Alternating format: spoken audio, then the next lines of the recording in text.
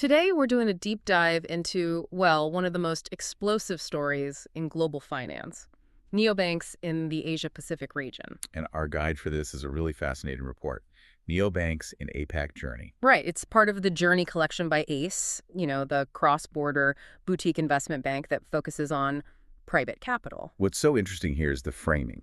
It's called Two Cities in Two Generations, and some of the work was actually prepared by a 16-year-old high school intern, Anay Mantry. Which is just the perfect lens, really. The generation that will use this technology is actually helping to build the narrative around it. And that narrative is all about speed. Look, while global fintech funding has cooled off a bit, you need to hear this one number. Go on. The APAC neobanking sector is projected to grow at a 54% compound annual growth rate between 2025 and 2030. 54%. Yeah. That's nearly 5 times the global average. Exactly. Okay, so let's unpack that. What are the unique factors here? Why is APAC becoming this global laboratory for neobanking? It really comes down to demographics and just, well, need. The region is the world's growth engine. We're talking nearly 60% of the world's population. And it's a young population. Extremely young. About 20% are between 15 and 24. They're digitally native, and they're actively looking for better financial tools than their parents had. And that feeds right into this idea they call the leapfrog effect, right? Absolutely. Mobile phone penetration is set to hit 94% by 2030.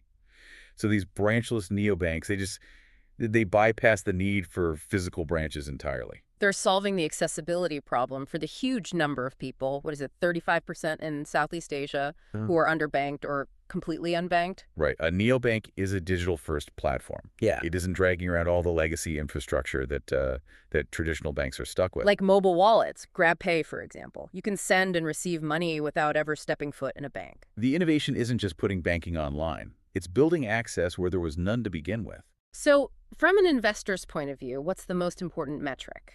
Is it just that insane growth, or is it something more fundamental? It's the unit economics.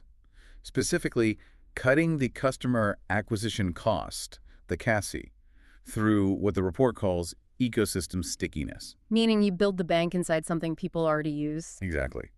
The winners leverage existing user bases from super apps. Bank gets its users from its messaging app. GXS Bank taps into the massive Grab and Singtel ecosystems. Because the banking product is just another feature inside an app you already use for, say, ordering food or hailing a ride. And your CAC becomes virtually zero. You aren't paying to find a new user, you're just activating one who's already there. And that cost structure change is just stunning.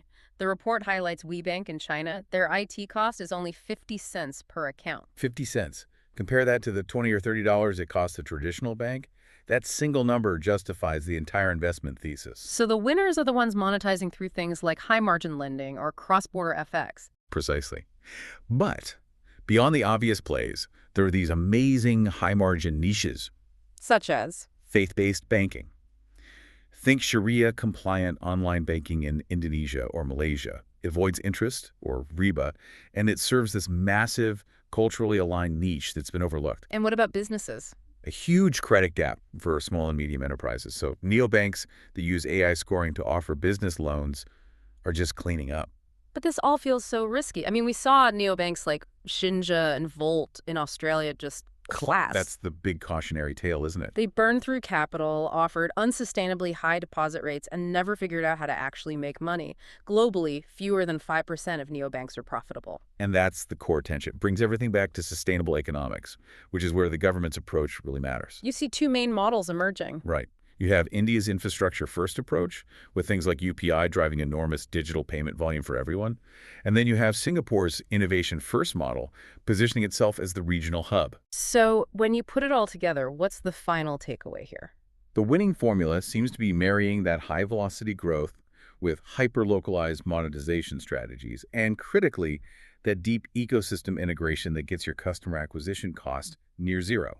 Which really brings it back to the perspective of someone like Anay Mantry, the intern. They just see the solution, not the legacy problem. Exactly. The reports forward drew this parallel between the Asian tigers of the 90s and the Middle East's digital pivot today. So here's something to think about. How might these APAC strategies, the hyperlocalization and super app integration, inform how fintech rose in other emerging multi-regional hubs?